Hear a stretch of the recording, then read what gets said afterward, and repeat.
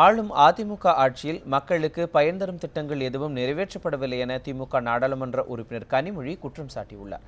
கன்னியாகுமரி மாவட்டம் தேரேகால்புதூருக்கு சென்ற கனிமொழி மறைந்த திமுக முன்னாள் எம்பி சங்கரலிங்கத்தின் குடும்பத்திற்கு நேரில் ஆறுதல் கூறினார். சங்கரலிங்கத்தின் உருவப்படத்திற்கு மாலை அணிவித்து மரியாதை செலுத்தினார். பின்னர் செய்தியாளர்களை சந்தித்த அவர் தமிழ்நாட்டு மக்களுக்கு எந்த ஒரு நலனையும் மத்திய மாநில அரசுகள் செய்யவில்லை என தெரிவித்தார். அதிமுக ஆட்சியில் முதியவர்கள், இளம் பெண்கள் என யாருக்கும் பாதுகாப்பு இல்லை என அவர் குற்றம் சாட்டினார்.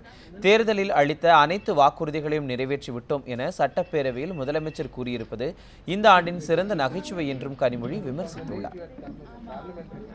உட்கம் கட்டமைப்பு வசதிகளை சிறப்பாக செயல்படுத்தக்கூடிய எந்த நடவடிக்கையோ, தொழில் முனைவோரை தமிழகத்திற்கு கொண்டு வருவதோ, வேலைவாய்ப்பு திட்டத்திற்கு உதவக்கூடிய எதுவுமோ, வேலை கிடைக்கக்கூடிய இளைஞர்களுக்கு, படித்தவர்களுக்கு வேலை கிடைக்கக்கூடிய வாய்ப்பை உருவாக்கக்கூடிய எந்த திட்டங்களோ எதுவுமே செய்யாத ஒரு ஆட்சி இந்த ஆட்சி.